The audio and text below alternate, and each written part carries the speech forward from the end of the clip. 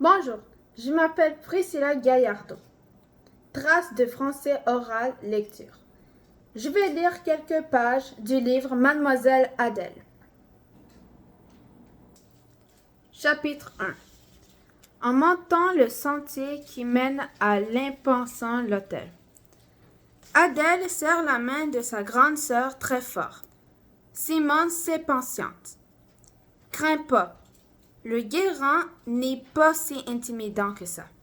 Il est vrai que le grand hôtel a toujours fait partie de son paysage, là tel qu'il se dresse sur le coteau, faisant face au lac. Elle l'a vu construire et tous les hommes de son entourage y ont été de conviés à un moment donné. Mais le voir et y pénétrer sont deux choses bien différentes. Cette fois, Adèle va découvrir de ses propres yeux l'intérieur qu'on dit luxueux. Les meubles vernis et les lampes qui éclairent à l'électricité. Elle garde le silence. Si elle grimpe le sentier, ce n'est pas seulement pour aller admirer des meubles. C'est pour savoir si on veut bien l'engager pour les 3 prochains mois. Elle, Adèle. Simone a déjà sa place depuis 2 étés. Elle a commencé par le ménage, puis elle est passée à la cuisine et enfin, elle est devenue serveuse aux tables. Toute une promotion.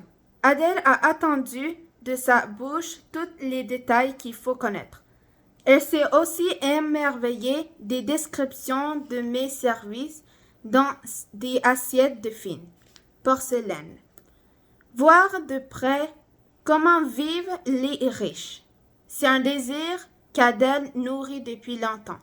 Ce désir est assez répandu parmi les jeunes gens de Coberval, mais jamais avant autant de puissance que chez Adèle.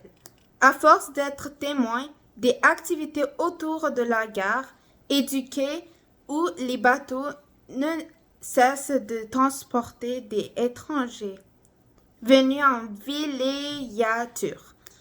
L'envie de découvrir autre chose que sa vie de petit paysage. Pauvre la tourmente. La voilà, assise devant un monsieur bien habillé qui la regarde. Adèle, troublée par le décor qu'elle a entrevu avant de pénétrer dans le petit bureau, n'attend pas ce qu'il dit. Elle se sent comme engourdie dans un nuage de coton.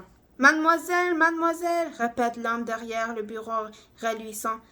Adèle sort de sa troupeau et sourit tout en sautant une rougeur chaude lui monte aux joues. Elle n'a rien entendu des paroles prononcées avec un léger accent. Excuse-moi, dit-elle, je viens pour le travail. Justement, il ne faut pas être dans la lune pour travailler au château. Alors que savez-vous faire? Comment répondre à cette question? Comme sa sœur, Adèle sait tout faire dans la maison, par la force des choses. Les 3 femmes de la famille n'arrêtent pas de travailler pour faire rouler le train-train et nourrir les hommes. Laver, coudre, cuisiner, boulangère, tricoter, etc. Adèle a tout appris de sa mère, se disant qu'un hôtel n'est qu'une maison plus grosse.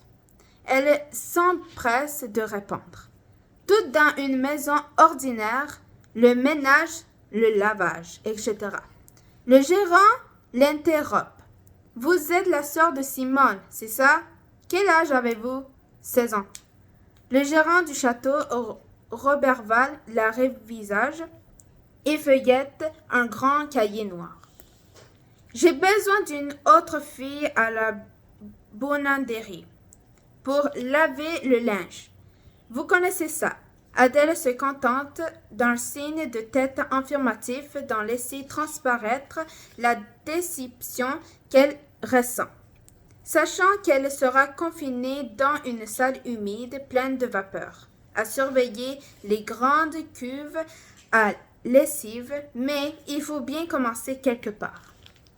Merci de m'avoir écouté. Bye!